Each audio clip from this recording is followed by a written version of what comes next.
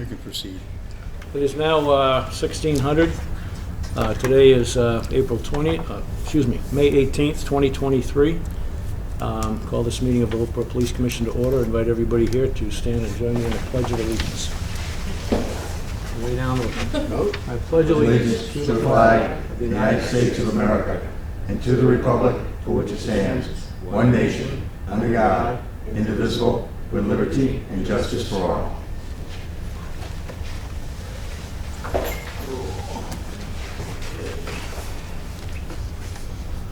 I will entertain a motion at this time on the minutes of April 20th.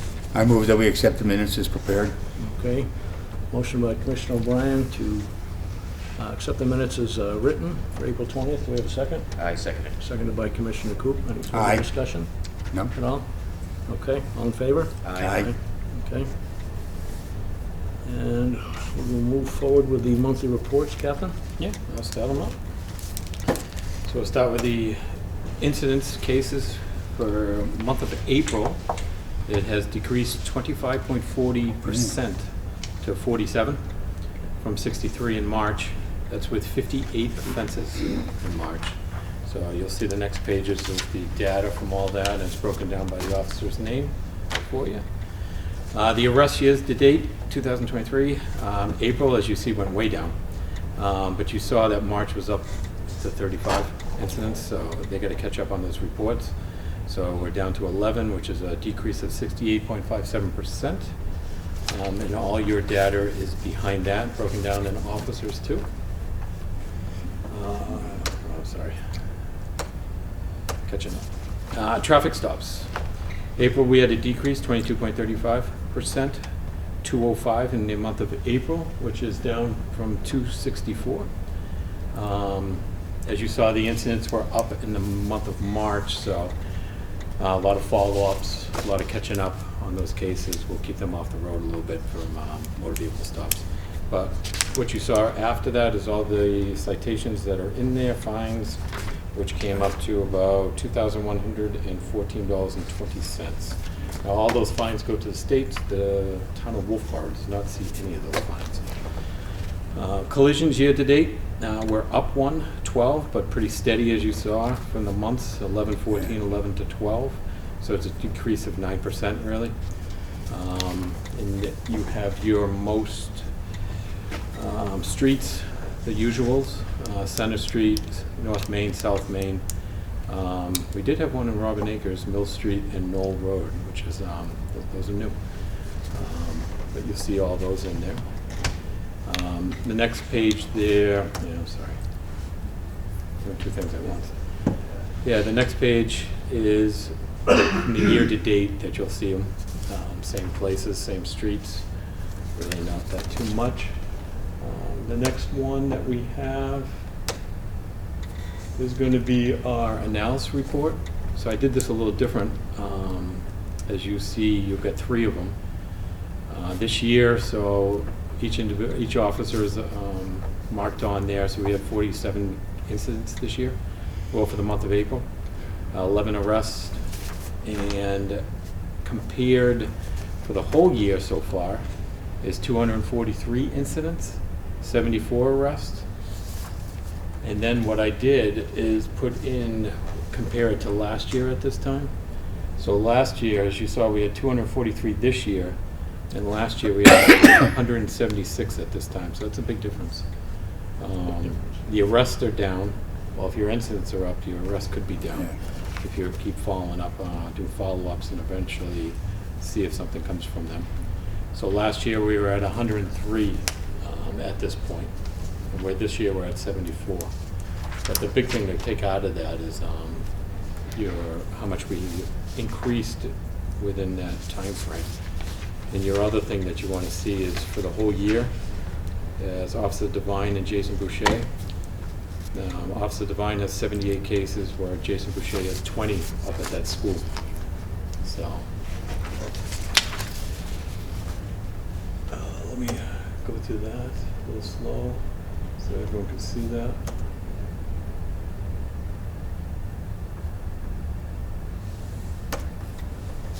You can keep that on there. The next sheet is the prosecuting. You'll see everything that's gone in for the month of April. Prosecutor Morgan takes care of all this stuff. I got in the chief's meeting, the chief's items, I break that down for you guys. What I'll do is I'll get into the SRO reports for you. So first one is going to be Officer Mary Devines. April was the 8th month of the school for SRO Devine with 15 days of school. SRO Devine responded to several incidents in Kingswood High School and Middle School. She wrote 17 reports. So at the high school, 7 reports came from the high school. SRO Devine investigated a report of negligent driving on campus, which resulted in SRO Devine writing a citation to the operator for negligent driving. She took a report for simple assault, criminal threatening, which resulted in school discipline only. She took a report regarding a student trying to recruit others to play an assassination game. Her and SRO Boucher spoke with the students and the parents with school administrators. The student was given school discipline only. SRO Devine took 2 reports regarding students in possession of tobacco vapes. All students received school discipline. A student had joked to SRO Devine about another student having a gun on them. SRO Devine searched the student with nothing found. The student was knowingly made a false report, received school discipline only. SRO Devine investigated a report that a student had a racial slur numerous times in front of a large crowd of campus. She sent the report to juvenile probation and parole for a CANS assessment, a strength and needs assessment, that's what that. And the CANS must be completed prior to charges being filed. So that's where it is right now. SRO Devine participated in meetings regarding Kingswood Next Step Team.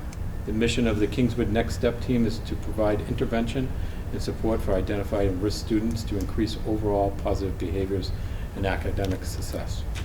So a lot of that you see is school discipline. It's kind of what we're trying to get to.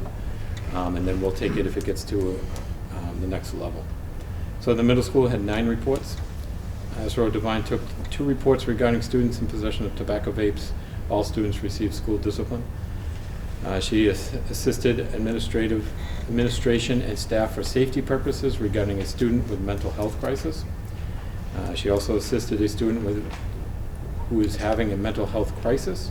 Another officer was requested to transport the student to Huggins Hospital for mental health evaluation. She assisted administration regarding a student who made a hit list in joking manner. The student received school discipline only. SRO Devine took a report of an assault and disorderly conduct after a student had randomly assaulted another during lunch. She sent the report to juvenile probation and parole for CANS assessments, very similar to what I talked about before. SRO Devine took a report of assault and disorderly conduct after a student had lured another student into the bathroom and encouraged the student to fight another student. SRO Devine sent the report to juvenile probation, parole, and CANS assessment. She responded to a brawl that had occurred in the middle school front lobby. She wrote 4 separate reports relating to the same incident. The report will be forwarded to juvenile probation and parole for CANS assessment again. So that was that week right before vacation that we talked about. I actually got some troopers up there and myself in the morning, and it actually stopped from that point on. So we got a lot of presence in the school from that, and that was the middle school. So SRO Devine took a report of simple assault, mutual combat, and disorderly conduct with 2 students. The student received school discipline only.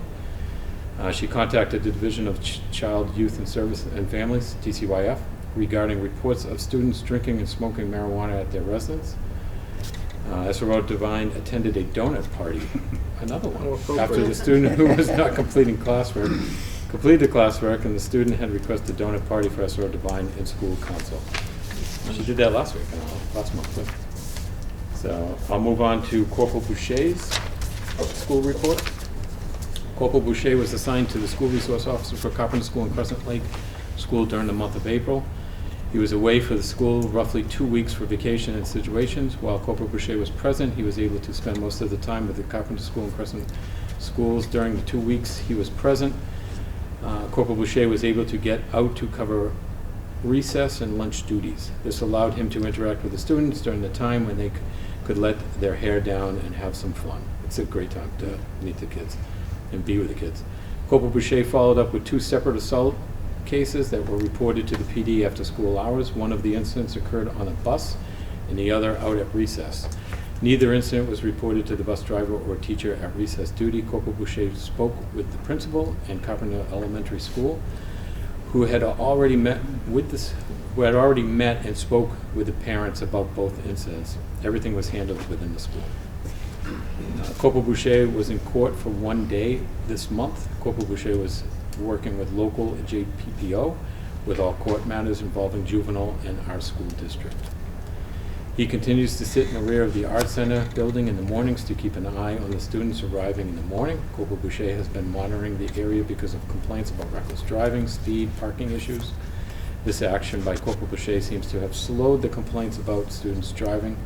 Corporal Boucher located 1 male Kingswood Regional High School student smoking a vape in his vehicle. He followed up the student coordinator, Schatzer, under the teachers there, and found it was a student first incident. Schatzer called the students in for talking and search. The student refused to search and received a 5-day suspension. While the student was leaving campus, he flipped off Corporal Boucher as he was walking towards his cruiser. And Corporal Boucher followed up with the student after vacation, and they spoke about how the student was wrong for vaping and how he needs his own. For vaping and how he needed to own his own actions without blaming others. So, good job by Corporal Boucher.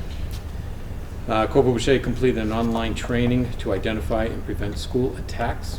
There is a big push to add mental health personnel to school staff to help these individuals before committing terrible acts. Great idea, but it comes down to money and willing parties to help. That's the big factor there.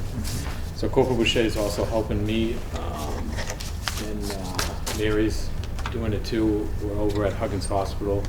We're trying to do a active shooter scenario over there using their facility. So we're in the process of that right now. So, and I will move on to the detective's report. In the month of April, Detective Emerson was assigned 7 new cases. Detective Emerson continues to assist in work patrol shifts during the month of April. Detective Emerson's handled the medication take-back day, and in total there was approximately 200 pounds of unneeded, unwanted medical turn-in. Detective Emerson processed, packaged all the medications so that could be properly destroyed, and he transported it all up to the separate facility, which is up at Troop B, where we meet to just get rid of all that 200 pounds of unwanted medication. So that was a good day. I mean, get rid of that, cleans our evidence area too, so that's a lot of medication. Detective Emerson made multiple motor vehicle stops in the area that get a lot of citizens complaint for speeders, especially in the warmer, nicer days. Detective Emerson focused on the North Main Street between the downtown and Forest Road, Sewell Road, Bay Street, Center Street, near Mass Landing, and Clark Road.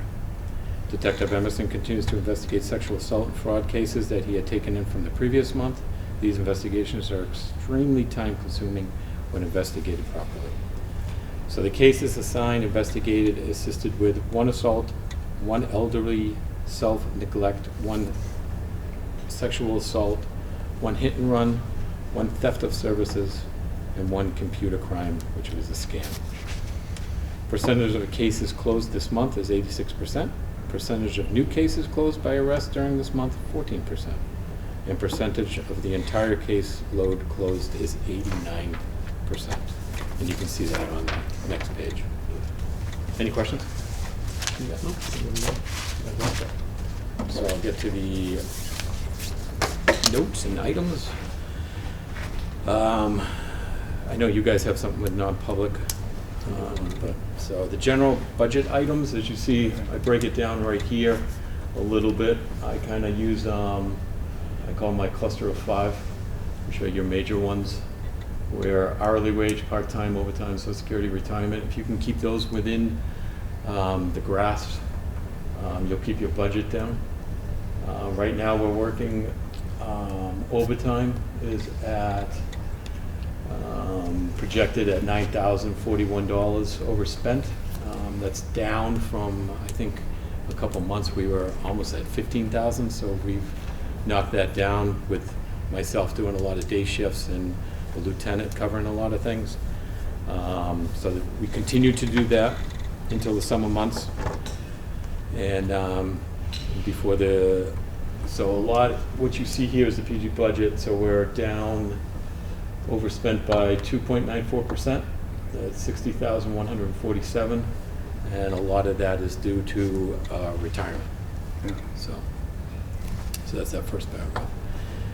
Fuel for April came in at $2.70, which is actually down 8 cents from last month, or 9 cents from last month.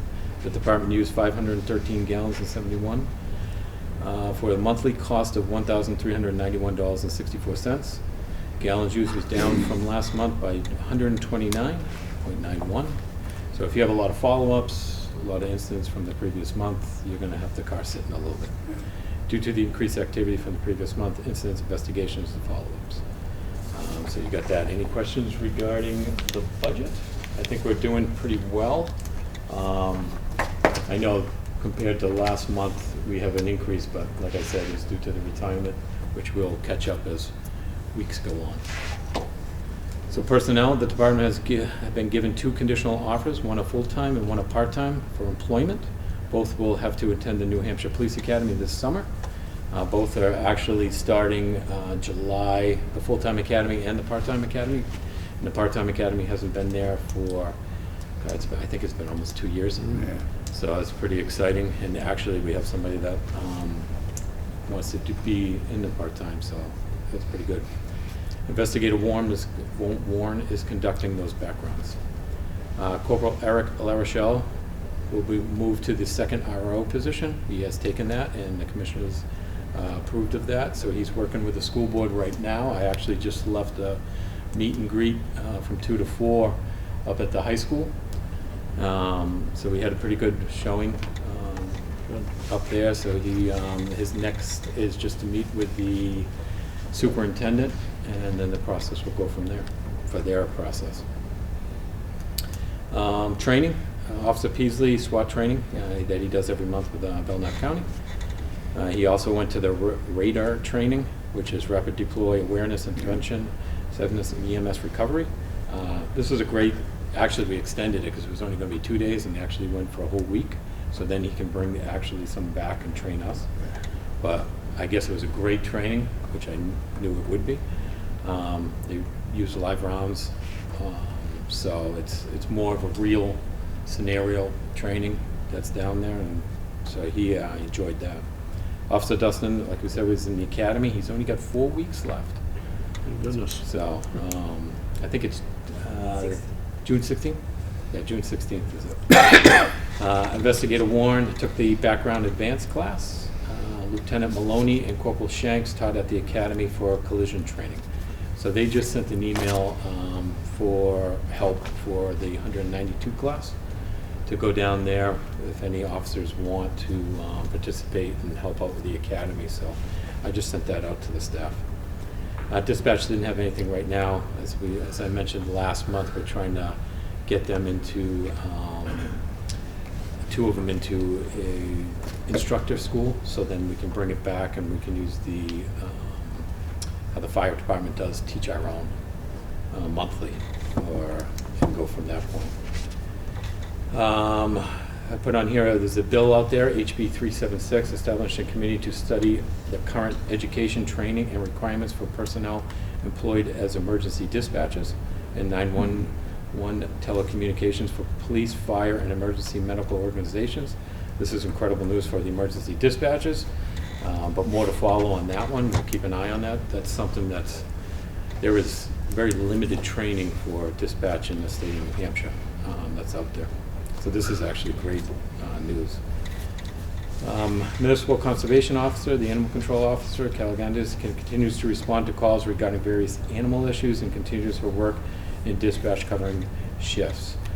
I will be talking with Heather and have her do a monthly as the program keeps going on, so we can track that a little bit better. I think that would be a good idea. In terms of police investigations, prosecutions, and operations, the month of April was busy. This past month, we saw 21 defendants responding to 21 charges. Of those, 14 were found to pleaded guilty. 2 were placed on file for 1 year of good behavior, plus 1 had a restitution included. 1 was found not guilty, 3 were no process, 2 with health issues, and 1 agreed to permanently surrender their license, and 1 had a traffic safety class. The conviction rate for this month were 85%, with $6,188 in fines, penalties, and restitutions meted out to the courts. Again, that goes out to the courts. We don't see any of those unless they're town ordinance, which then go to the town hall. Safety and security matters. April had 47 incidents, down from 63 the previous month, and 11 arrests, down from 35 the previous month of that. Most of the arrests came from motor vehicle stops, 1 DUI, negligent driving, reckless driving, 3 driving after, 2 drug-related offenses, 2 tobacco, and criminal threatening with a violation of an order. The department is at 243 incidents this year, and last year the department was at 176, which is 67 more cases than last year. Officer Devine at the school had 78 cases with Jason Boucher. As the part-time had 20 cases. So last year SO Devine had 39 at this time, so the cases are up, and the arrest is down from last year from 74 to 103. So those are concerning because we were really concerned about how it was up the previous year and why we have the second SRO. So that would be great for Officer LaRochelle, or Corporal LaRochelle, to be up there starting in September. The public safety building, not much has changed. I mean, we have our meetings, but we haven't got any plans that I can show everybody. They're still finalizing some little things in the fire department, and I'm working, just got the draft to work on the booking room and evidence room. So once we finish those, I should have something hopefully by next month as we go on. So we had 2 grants that we were accepted, and the select board approved of those last night. One is the one we've had for 6 years from the Attorney General's, which is about $65,000. And the second one is from the DOJ. So it's about $34,000 in change. There's multiple items within the grant. So one of them is the purchase of a drone, which I think is going to be help with the police and fire operations. It's got a thermal imager for tracking purposes. It'll help with fire scenes, crash scenes, and etc. There's money for the training for the drone. There's overtime money, about $14,000 in overtime. It comes to about $15,000 where it covers retirement, Social Security, and those other lines. And protective gloves is included in that. So that will help out a lot during summertime because we have this we have that parking issue. So I think I'm going to work with Chief Chase on that and kind of go on the model of how the town is working with the town docks and get visibility, put that overtime out there, and get extra shifts in the downtown area walking the beat. Nice. So I think that's the best way to approach that.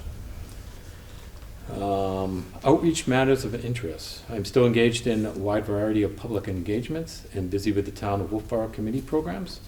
We're going to be doing Coffee and Connections with the chief coming up. Safety tip of the month, motorcycles. Still put it out there. Be on the watch. Take a second look. Right and left before you enter the roadways. You could have a donor party. We could have a donor party. Invite Mary to the donor party. And lastly, if you had too much to drink and can't figure out a safe way to get home, call the police department. We can figure out some way to get you home, and so you don't hurt yourself or somebody else. Our dispatch number is 603-569-1444. Thank you in advance. And that's all I have for this month. Okay. Lon, did you have any questions relative to the reports? John? I do not. Okay. I just have one question. What time is Chris's graduation going to be? Is that like a 1 o'clock or is that a? It's usually in the afternoon. I'll find out the time and get it up to you guys. Yeah. Yeah, it's usually the afternoon.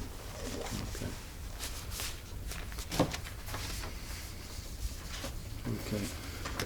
Under commission items, our next meeting will be Thursday, June 15th, but it will not be here in the Bradley Room. It will be upstairs in Town Hall because there was a conflict here, which sometimes there is throughout the year, and that's our backup, if you will. So we'll be in Town Hall again on June 15th for that meeting.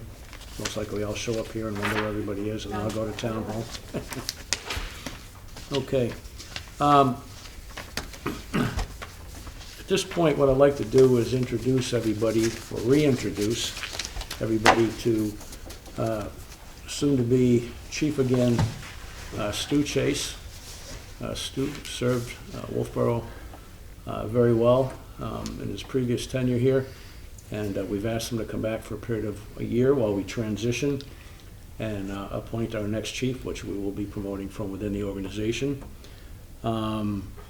But Chief Chase is coming back at a part-time position, so instead of working a 40-hour week, he'll be working 32. We've approved that. We'll be discussing his contract in non-public later on. But at this time, what I would like to do is I'd like to entertain a motion from one of you two gentlemen to take what is the current full-time position for police, chief of police for Wolfeboro, and change that, while we have Chief Chase with us, to a part-time police chief position. I make that motion. Okay, I motion's second. moved by Commissioner Coop and seconded by Commissioner O'Brien. Any questions or comments? Nope, necessary. All in favor? Aye. Aye. So that's unanimous. Welcome aboard, Chief. You will become official on Monday. His swearing in is at 9 o'clock at Town Hall, upstairs in the great room, where all the swearing ins take place. And so it'll be your second time doing it. It's not a private event. If anybody wants to join us, you're more than welcome to. It's a brief event, more of a social gathering after. There won't be any coffee or donuts or prime rib or anything. It's just pretty straightforward. We don't have the budget for that stuff. Okay. Board of Selectmen rep. Brian, do you have anything for the commission? So, what do we have? Keep it brief. We approved the parking regulations for the 4th parade again. Okay. So the whole route will have no parking on it. People will be allowed to go through until 9 a.m. And we will be allowing people to park in front of the town hall and behind the town hall, people who have ADA requirements, and be able to use the facilities in the town hall. We are starting to allow outdoor seating on the town sidewalks, as long as the chairs stay out of the way so people can pass and the sidewalks are ADA compliant. We hope that this doesn't cause some issues in town, but we're giving it a 1-year trial to see what happens. This is the restaurants and other businesses? Correct. We've had some issues with construction, material, and dumpster in the way of the ADA spot at K Park, but it was finally removed today. It's something that we're watching to make sure that that spot stays open. We walked the bike trails on Abenaki, Linda and I, and we're looking at how this whole thing between bike, cross-country ski, and our road system for our sewage department is going to work. We are working on engineering on Port Wedland because we have a lot of runoff that gets into the lake through that area. So we're working on drainage on that, and the cost of that has gone up a bit.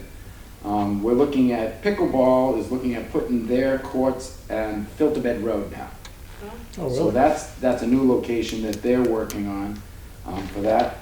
We are planning Lake Winnipesaukee Day, and I would like to invite the police department and the commissioners to attend.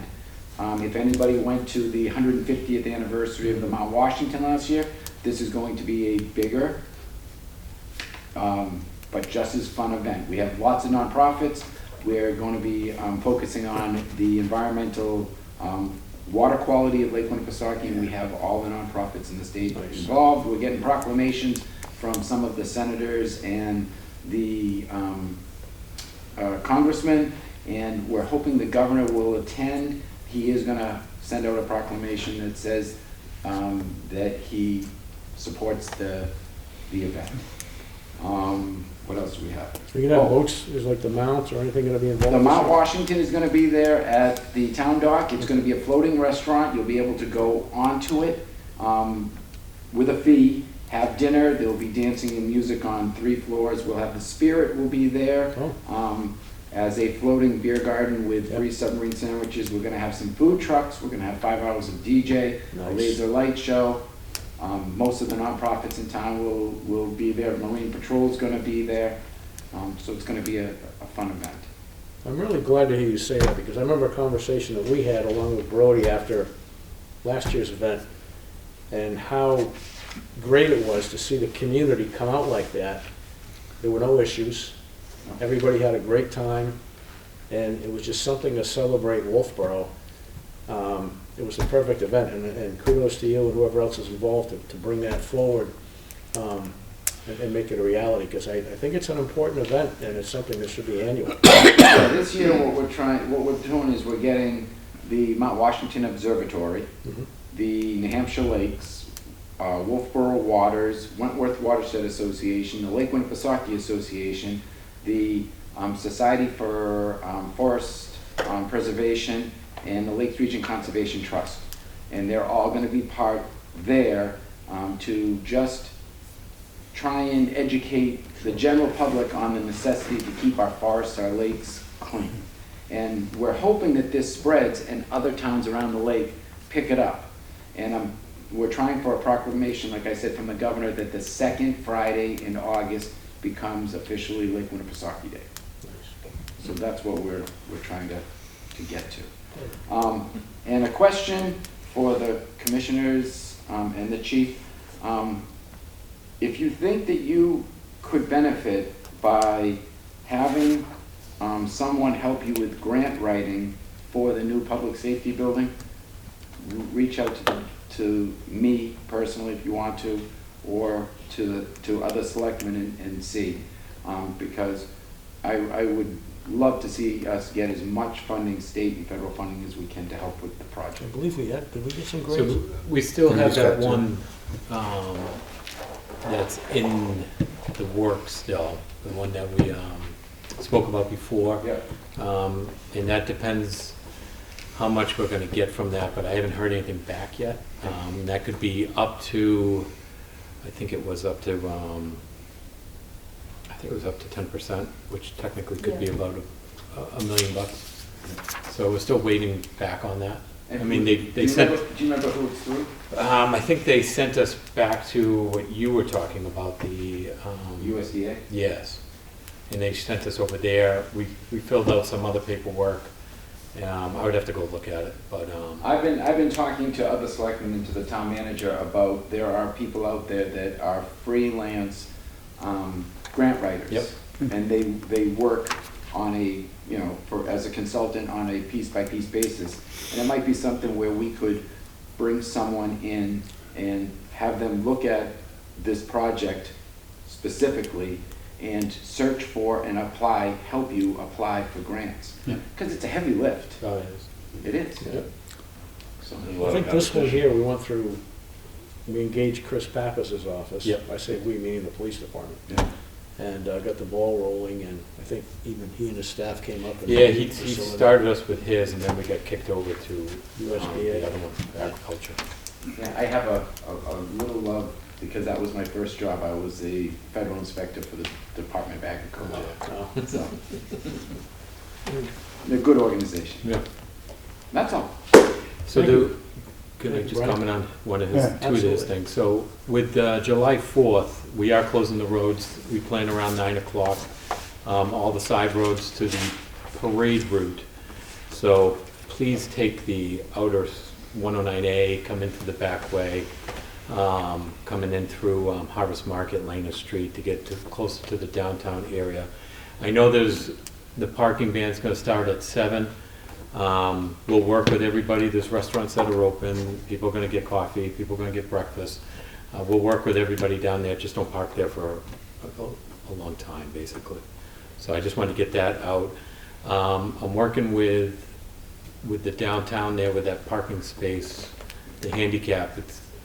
So I gotta talk with Steve Randall of Public Works and kind of move that parking space, because it is a little tight over to the left there with the porch and everything at Dockside. So I'm in the process of doing that. We won't lose any spots. I'm just gonna move it to make it more accessible for them. Thank you very much. Yeah. Okay, Tom Bell for the Budget Committee, any words of wisdom or anything you'd like to share? Did you meet since we met last year? Did you guys have your Only preliminary to meeting? ratify the committee work. Assignments and so forth. So that's all finished. John McDonald's continuing as the chairman of the group, and Bob Tuffer is the vice chairman. I remain as the liaison. But wanted to just compliment the PD on the attention to detail and the close, tight control exercised over the budget. It's good work. So thank you. But other than that, Do we have anything from our public? Any public input? Actually, I do this time. Please. On July 4th parade, I was running the Wolfeboro Police Department like they did a couple of years ago. Being a member of CERT, Carroll County Emergency Response Team, is going to request any help on traffic, like happened a couple of years ago. Yeah, because we did that a couple of years ago. I'm game for it. The more help we have, the makes our lives a lot easier. So let's talk after. We're gonna have to get Linda Burns involved, because she's the overall head. But Yeah. yeah, that's doable. Yeah, I think it's a great idea. Yeah. And Especially according for to the someone- fire chief, they are in the process, I hope, of doing a CERT for Wolfeboro. Yeah. I have my name in for that too, Perfect. to be local. But I was planning ahead and wondering if they're going to use this, cost the town nothing. Yeah, I think it's a great idea. Thank you, Bernie. I appreciate that. Yeah, we still have about 66 members. Yeah. Okay.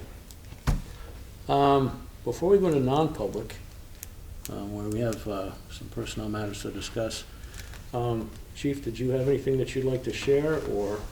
I'm just very excited about the Coming days back. and months ahead, and I thank the commission for having confidence in me, and spent a day with, part of the day today with the captain, learning about electric police cruisers.